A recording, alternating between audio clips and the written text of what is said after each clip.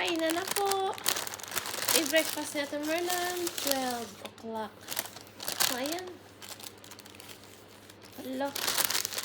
Grabe guys, oh. Laki-laki. Ay! Ay! Kain po tayo. Grabe na ngayon guys, ang sa ilalim namin guys. So, parang dalawang, ano ba to?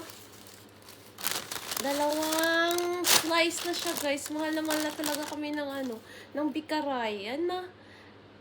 Strawberry cake for breakfast. Happy Sunday everyone.